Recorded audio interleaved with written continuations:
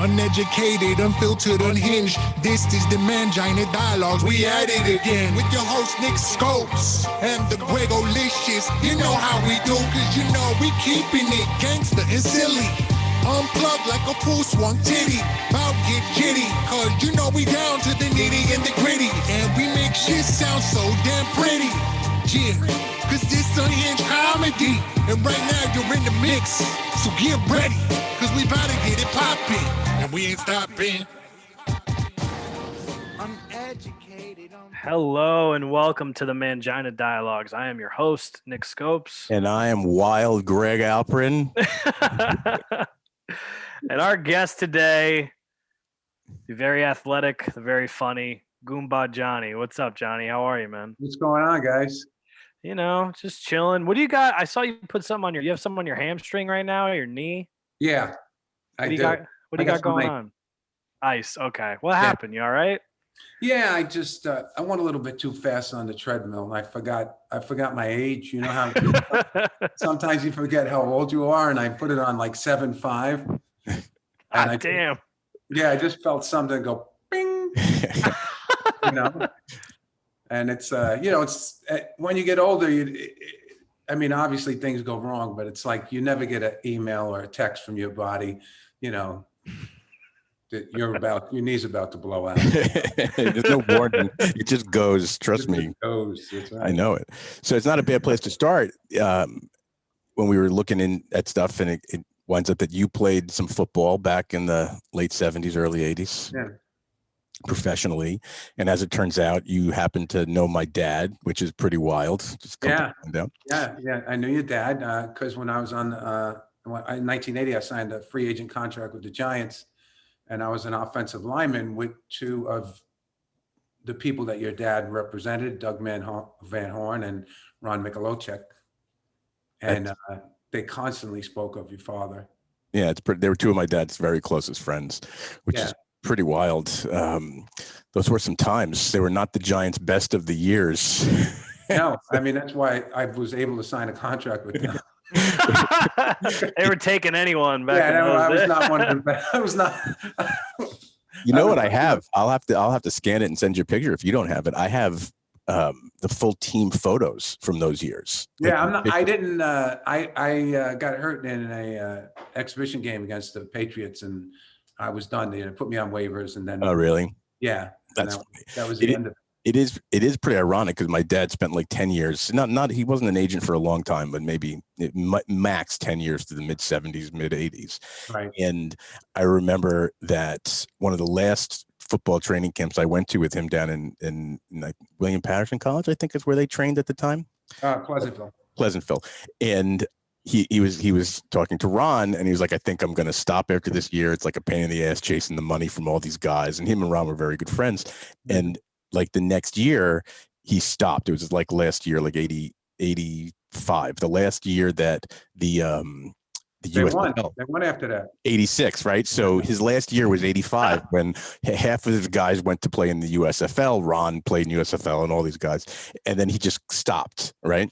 And the next year, the Giants win the Super Bowl, and all those guys that he was still an agent for were still on the team. And I'm like, I'm in high school. They just won the Super Bowl, and I am watching it on television. Yeah. I'm like, this just figures. So, how did you go from sports to radio?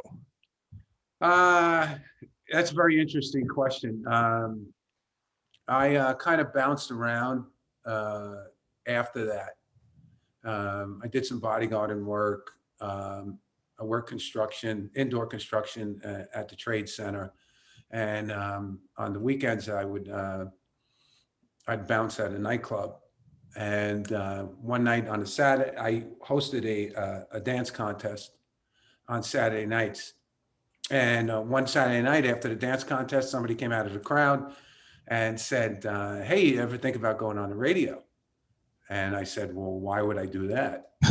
You know, because I come from a family of cops and firemen. Right. And nobody worked creatively. And they said, well, you got a good voice and your sense of humor would really translate. You do excellent on the radio. So I'm like, okay, what do you want to drink? What's the point of this conversation? You know what I mean? No. I work at Z100. You know, here's my card. Why don't you come down to the station? I'll show you around and blah, blah, blah. And I ended up, you know, going to Z100 like 3-4 nights a week, and, you know, started to understand how radio worked. I'd write a little comedy, do a couple of voices, bits, so on and so forth. And, you know, that was the extent of it in the 80s. And then, you know, I managed a comedy club after that, and I started doing stand-up by accident also. And then in '96, they had an audition for KTU. Right. And the gentleman that I knew from Z100 was auditioning, and he asked me to audition with him. And when it was over, you know, they offered me a job. I was the last one hired at KTU, and I turned it down. You know, I said, I can't live on that kind of money. Right. And the program director, his name is Frankie Blue. He just looked me dead in the face. I never met the guy before until then. And he said, look, he goes, I know you're like kind of like a big shot at what you do right now. He goes, but this is your life's work. This is what you're supposed to do. You're supposed to be on the radio. I've done this my whole life. So I went home and I was laying in bed, and I'm like, nobody ever spoke to me like that before. Nobody ever, you know, had like a moment of clarity. Yeah. You know, and I had that kind of personality. If people told me to go right, I always went left. So I was very, very counter, you know, like that. And I just stopped, and I said, you know what? As dumb as I am, I'm getting this message, and I ended up taking the job. Wow. And then you were a staple on New York radio for a long time. Yeah, for about 16 years, I stayed at the one station. At the end, you know, I got offered a contract, and I just didn't, I don't know, I just didn't want to do it anymore. Right. I felt like I just felt like there were other things, you know, out there for me. How did you see the radio business change over all those years? Is that why you lost the passion for it, because of the different? Yeah, well, number one, it wasn't the same business that I got into. Right. You know, and when I got into it, it was much more talent friendly. Yeah. And then when I left, I felt like I was treated like I was in the way. Right. You know what I mean? You know, I would come in and, you know, I would read, you know, 6-8 commercials a show, live reads. Yeah. And I was paid very well. I have no complaints about that. You know, but then I felt like my talent was being marginalized comedically, and that, you know, like, I'm like, okay, am I going to do this for the rest of my life? Is this what I'm going to do? I'm going to fade off into the sunset. I'm not going to put myself out there. And if I'm going to do anything, you know, different, I'm going to have to make myself uncomfortable. Right. Looking back, I didn't realize how uncomfortable I was about to make myself. But, you know, I mean, you know how that goes. Yeah, sure. You know, and then I just went full-fledged into the comedy and writing and whatnot and acting. Right. When you're at KTU, that's a very specific style of radio station, right? So pop, you know, top 40, pop music, dance music, all that. Yeah.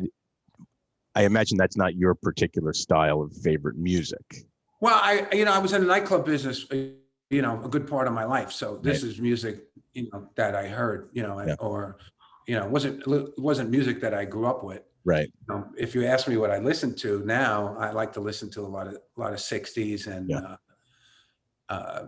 you know, classic rock stuff. Right. You know? Now, I was really just curious about if it's hard to be passionate about that job when you're taking up so much of that time of music that you may not necessarily be connected to. Well, you know, when people like Jennifer Lopez and Ricky Martin, you know, and Mariah Carey are in your studio, sure, it's very easy to get passionate about what you're doing. You know, it's very exciting. You know, it was the #1 station in the country. Yeah, no, 100%. Especially if Jennifer Lopez is in there, I can understand the excitement. Yeah, well, her sister worked at the station. She was a jock too, Linda. Oh, really? Okay. Yeah, so we saw quite a bit of Jennifer. Yeah. God bless you. That sucks. Yeah, sounds horrible, man. When did you start crafting like your stand-up? Like at the same time? No. In the late 80s, I was managing a comedy club. And then one night comedians were going to be like a half hour late. And I had to get up on stage and, kill some time because people were getting antsy. Right. And yeah, I remember it was a Sunday night. And we had a big crowd because the next day was Columbus Day and a lot of people were off then. And I got up and, I did the best I could, and it was baptism through fire. And then I got the bug. Right. I got the bug. And then when I was managing the club, in order to get better headliners, I would host a show. Right. So I wouldn't have to pay to host, and I'd have more money for the back end. So I would do that. And then I stopped doing it. And when I got to the radio station after a couple of years on the radio, I started doing it again in 98. Right. But I really don't think I took it seriously until I left the station, like in 2011. Right. And what club was it that you were managing? Shooting Stars. It was in Yonkers. Oh, in Yonkers. Yeah. Central Avenue. Right. So you left the station in 2011, and then you take the comedy like seriously as Right. I imagine your profession at that point. Did it take you a while to get back into it and get crisp again, or did you jump right back in like riding a bike? No. I mean, I was doing comedy all up until that time from 98 for those 12 years. But you have to understand, when you're on the radio and you say, I'm going to be at the Chuckle Hut, Right. and you have 2 million listeners, it's no problem to get 300 people to show up. Sure. Yeah. When you're off the radio, Yeah. it was a totally different story. When I got off the radio, I was a comedian, but my act wasn't of headline quality. Right. So that was a really harsh reality for me. And it took me, I would say, about 2-3 years to get up to speed. Oh, really? Wow. So it was a lot of work. did you find that pretty quickly after you were off the radio that the ability to draw that kind of crowd like immediately went away, or did it take time, like anything, for that to kind of drift? Wow, the phone calls went from 100 a day, down to like a half a dozen within 6 months. And then I would say, after a year, I had my name is very cartoonish. So like they give you in radio, they give you nicknames, so people remember it easily. So Sure. I mean, people knew who I was. Of course.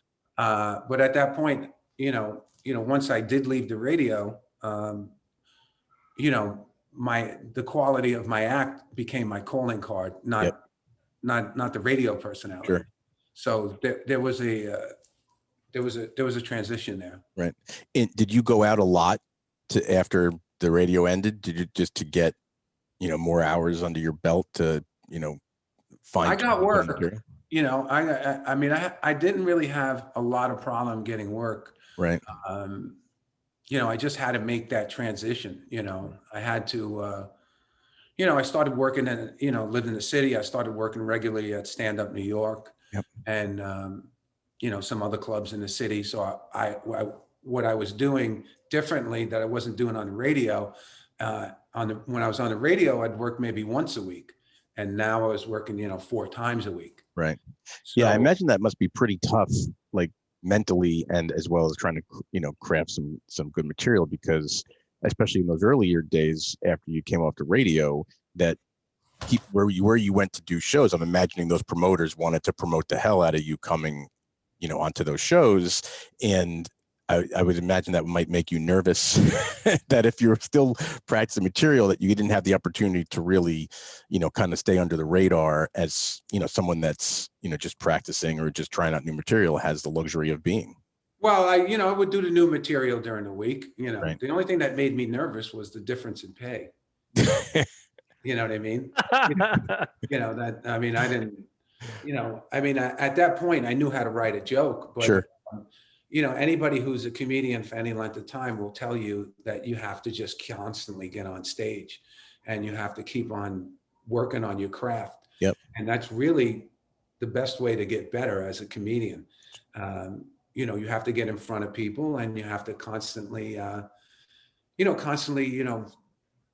work on your act. You have to trim and add and, whatnot. And you also have to stay current comedically too. Of course. Because, comedy in itself, is constantly changing and what the crowds are looking for and so on and so forth.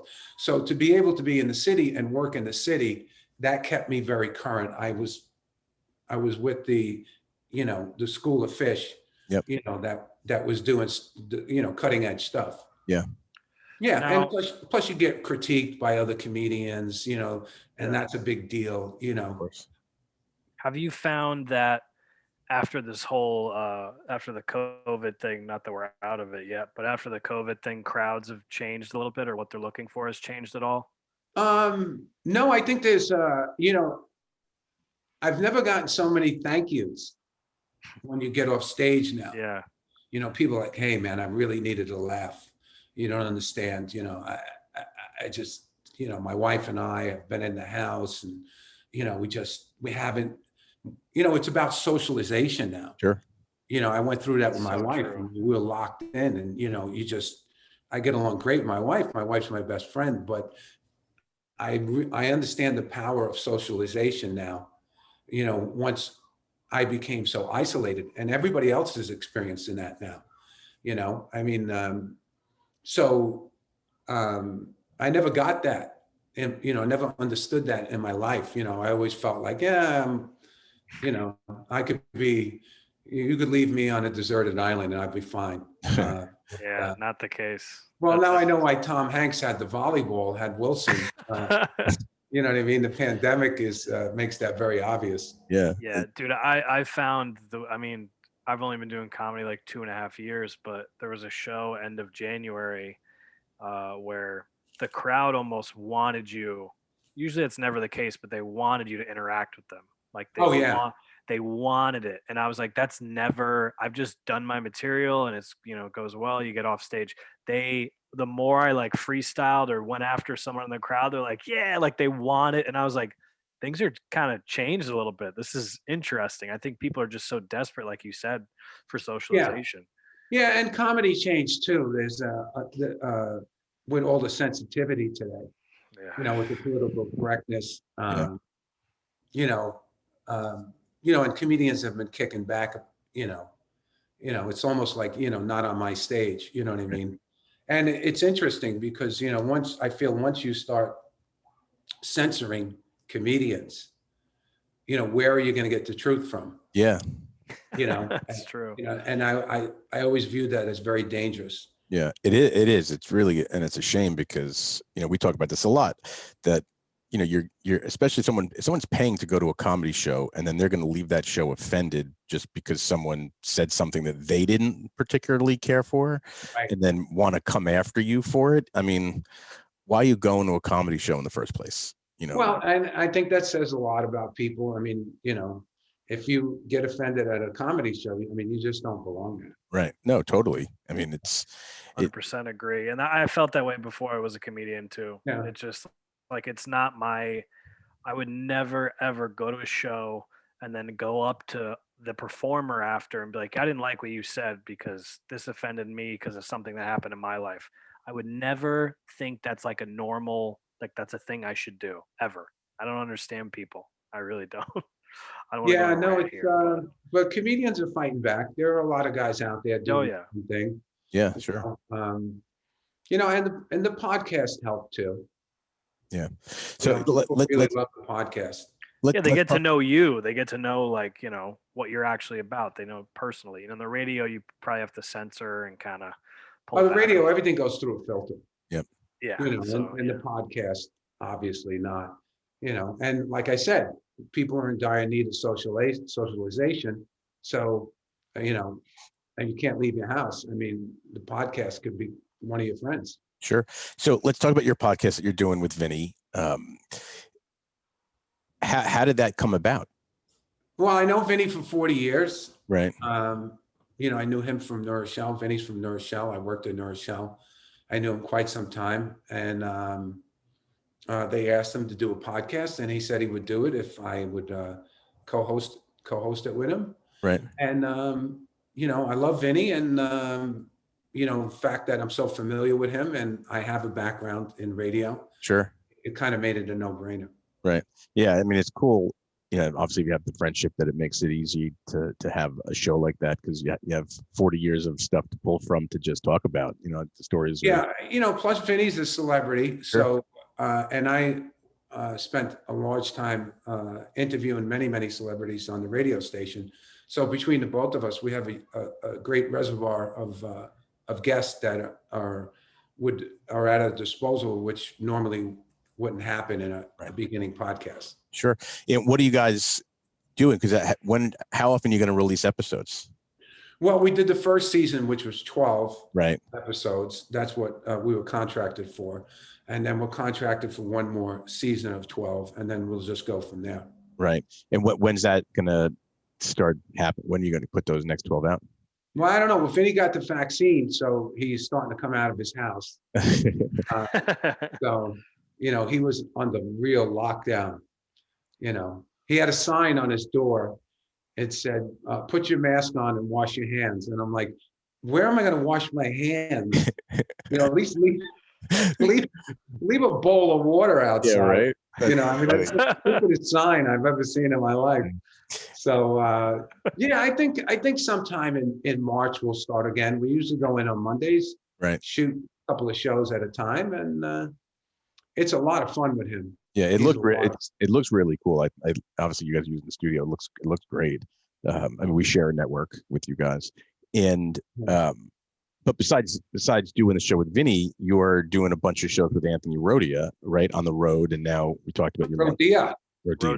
Yeah, well, I work with Anthony comedically. We do a two-man show, and we've been traveling around the country. You know, working wherever we can. You know, obviously you can't work in New York, but you can in Florida, Connecticut, New Jersey. Yep. You know, Florida is like wide open. Yeah. You know, I'm sure, especially after last night, Tampa was pretty wild. I'm sure it was a good time down there. The restaurants are at 100% capacity. You know, people use masks. People use masks down there like an 18-year-old kid uses condoms. Yeah. It's so true. I think I need one. Did that worry you being down there when you guys were down there? I'm sorry? Did that worry you when you guys were down there? You know what? We get off the plane, we get tested. Right. We get tested before we get on the plane. We don't do meet and greets. Yep. So it's really basically, you know, I mean, if Anthony gets it or I get it, I'm in trouble, but that's not the case. Right. Our interactions are, you know, hotel, gig, home. That's it. You know, golf course. Anthony golfs. I don't golf. Yeah, I saw his Instagram was full of his golf course playing. Yeah, I don't. My brother's a professional golfer. I hate it. Oh, really? You know, it's funny. I was telling him when he was on a couple weeks ago that I used to be a very avid golfer. I went to golf camp as a teenager. I took a year off from working to play golf. I mean, I played as much golf as an amateur, like golf wannabe could play up until I was in my mid 30s. And then I'm on a golf trip with all my college buddies. Mm-hmm. In the middle of a round on a golf course in Myrtle Beach. I hit a shot perfectly fine. I was having a perfectly good round and took my golf club, put it in my bag and said, I'm never fucking playing this game again. Why'd you quit? I realized at that moment that I hated the game of golf.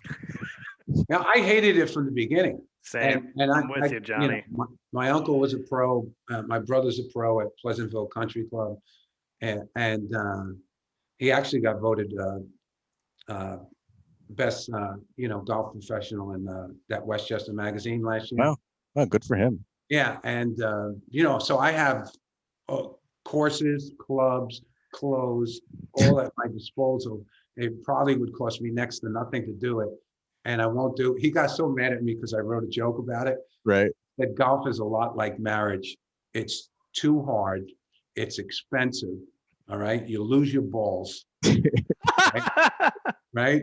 All right. Halfway through, you get drunk and you very rarely get a hole in one.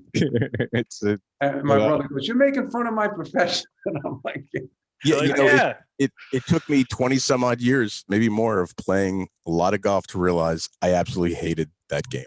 Like, hated it.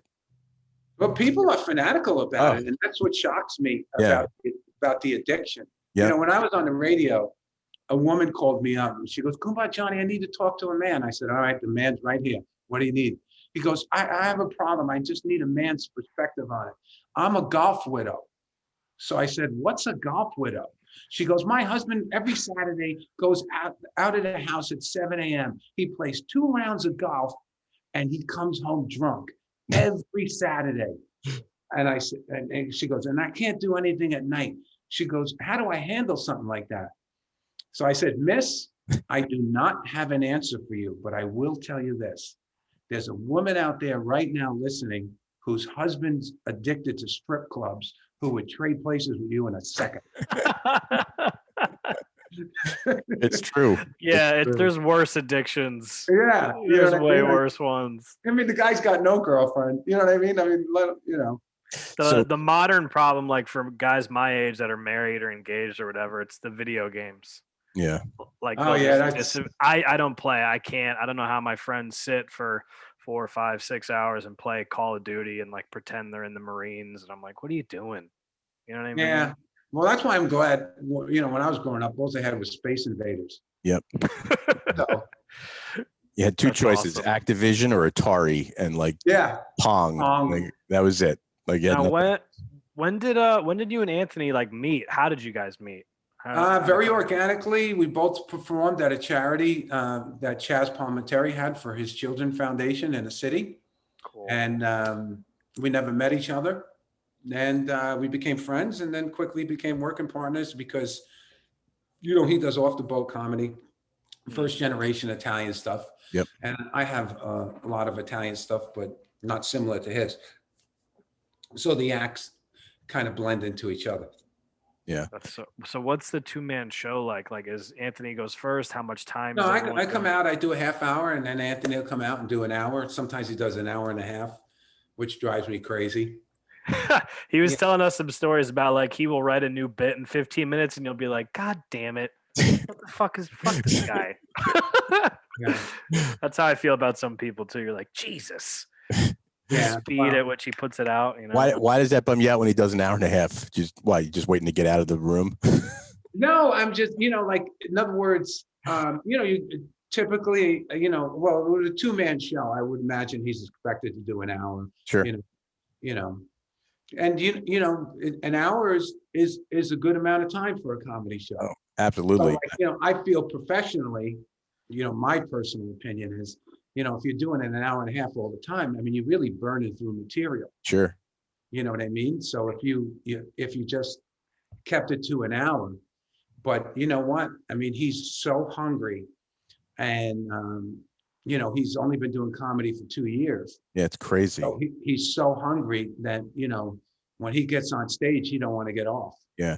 What do you? I mean, obviously you see it firsthand. Touring the country with him.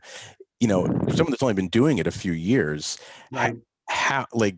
What do you attribute that insane, like, fanatical fan base and success to? Is it really how he's built that on Instagram and social media? Yeah, 100%. Yeah. Well, I don't want to say it's the new normal, because what happens is you have a lot of what I call social media sensations. Yep. Which Anthony is one of them. And a lot of them have tried to make the transition into comedy, and most of them have failed, and Anthony has not. Right. What happens is with many of these people, they'll try and transfer to the stage. People who know who they are and they have huge followings will come out and see them once, and that's it. Right. And in Anthony's case, that's not it. I mean, we go to Anthony's shows. I've met people that have been to 4 or 5 shows. Yeah, there's plenty of cases like that with the social media. It's a funny thing you bring up. Like, there's a couple guys, I can't remember their names right now, but they have, some are in the millions of followers. Yeah.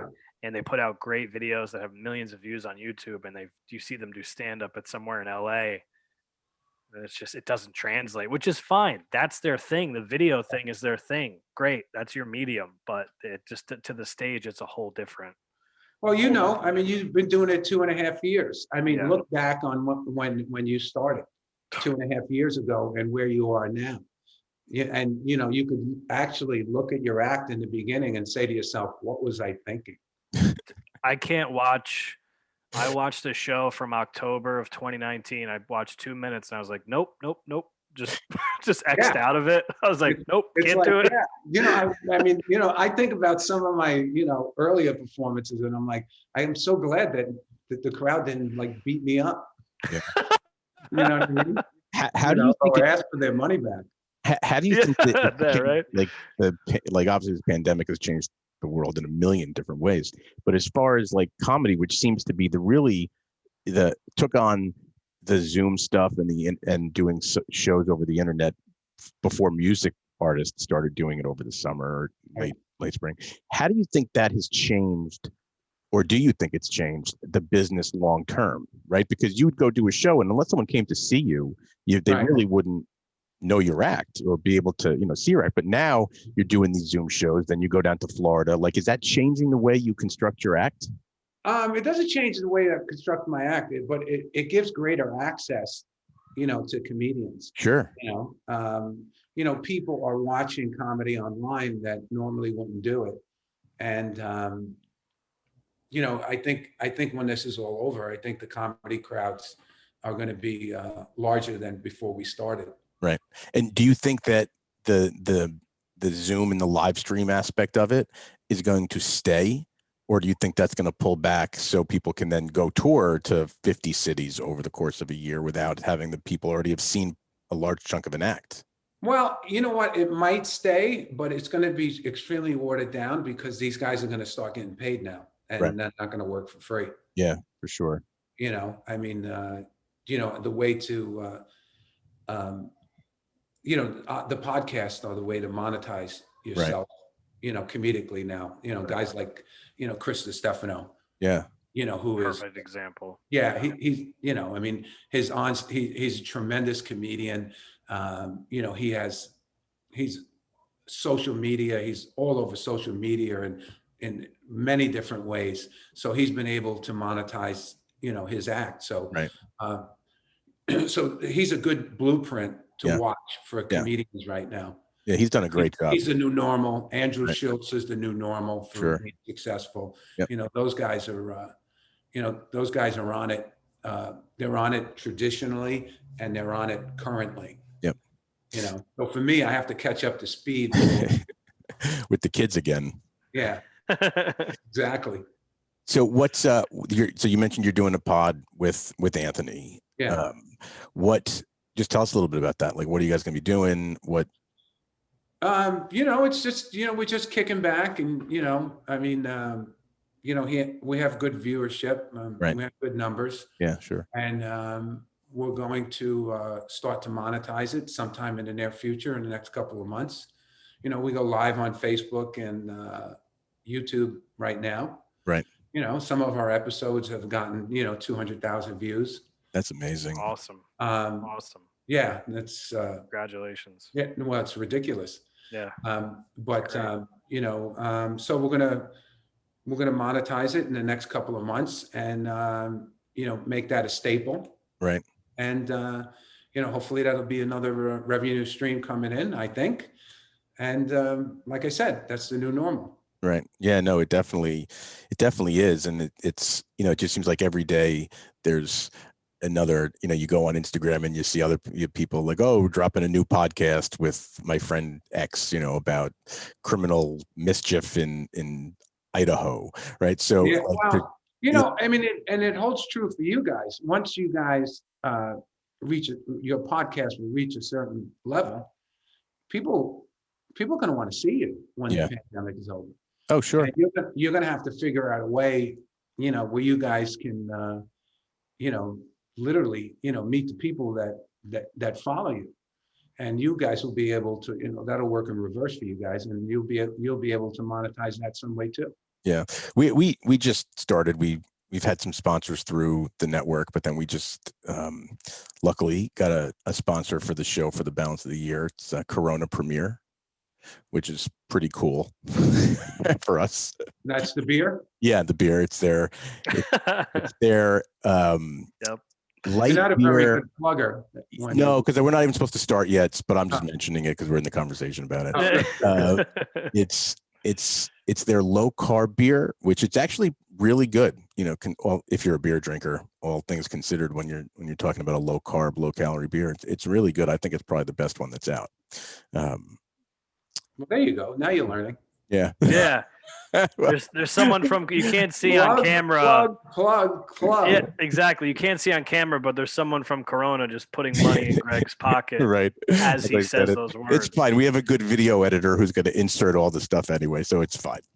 But yeah, no, it really is. It is the next wave. You know, I do think that, you know, with the streaming services and podcasts and everybody getting into the cross pollination of the businesses, that, you know, it is where media is going. You know, traditional if TV, you're not multi-dimensional, you're not going to make it.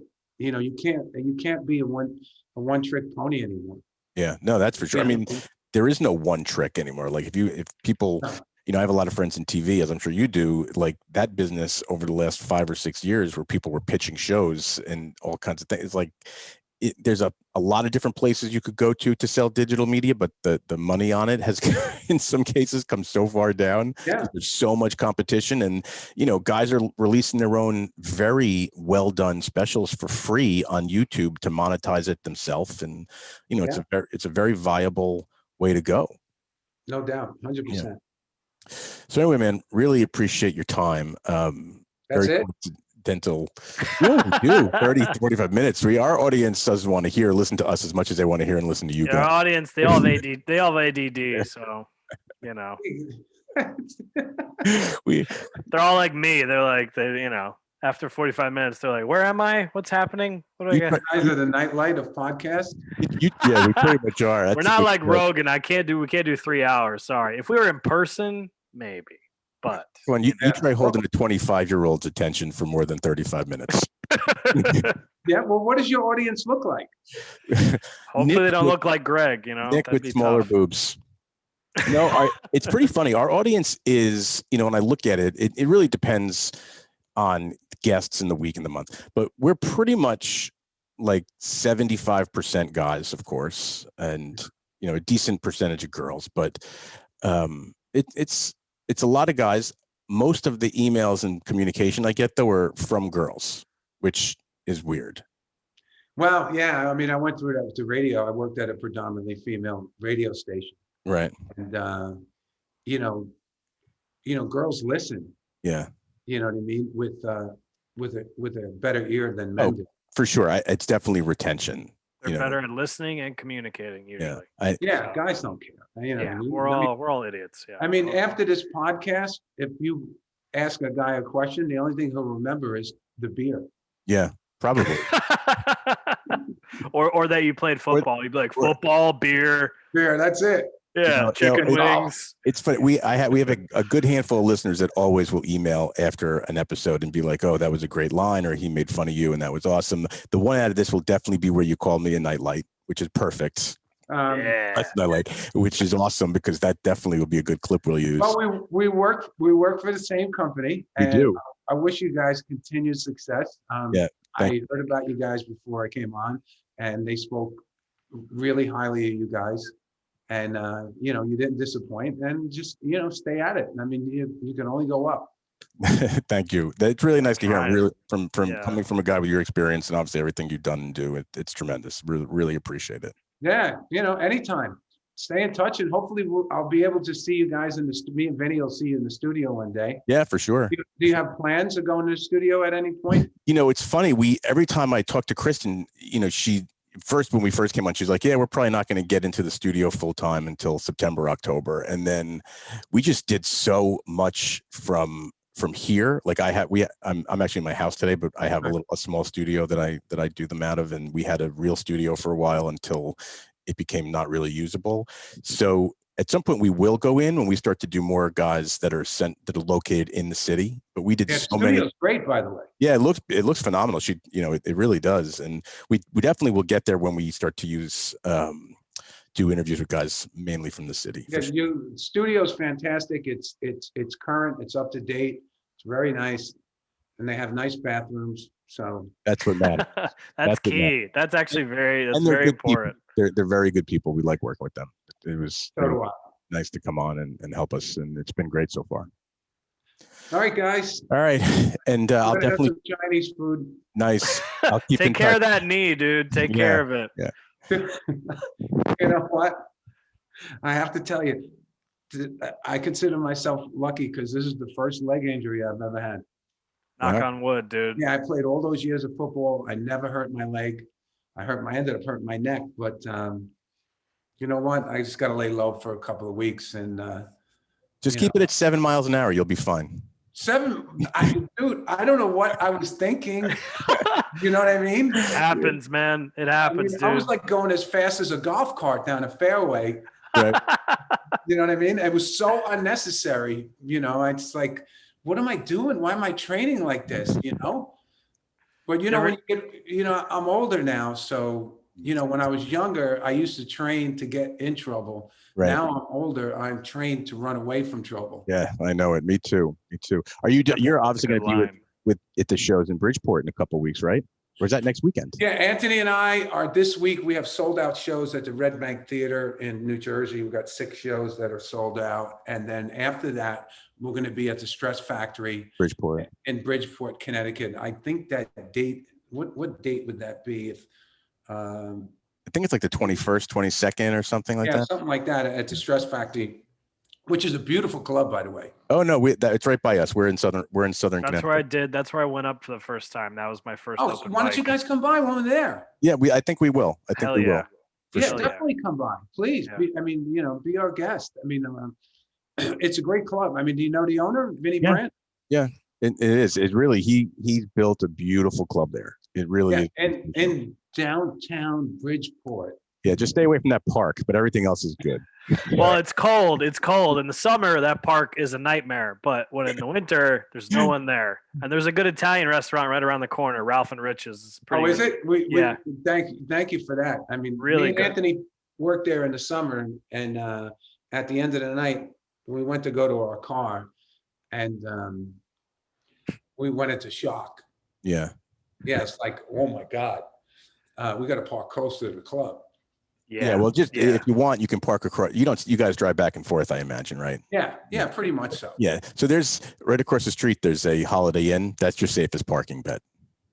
Oh yeah. Well, that's good to know. Either right to the left or right to the right. Yeah, because I parked a couple of blocks away, and nope. I didn't feel threatened or anything like that, but there's just so many people outside. Yeah. Because they have clubs and music and this and that, and I was like, whoa. Yeah. Well, we will see you there, I'm sure. But we'll be in touch before. All right. Well, definitely, without a doubt. Thank you for having me on. And thanks for coming on. Continued success, my friends. You too. Thanks a lot. Good luck with everything. Storic Media. Stay healthy. Woo. No, stay in one piece. Yeah. Right.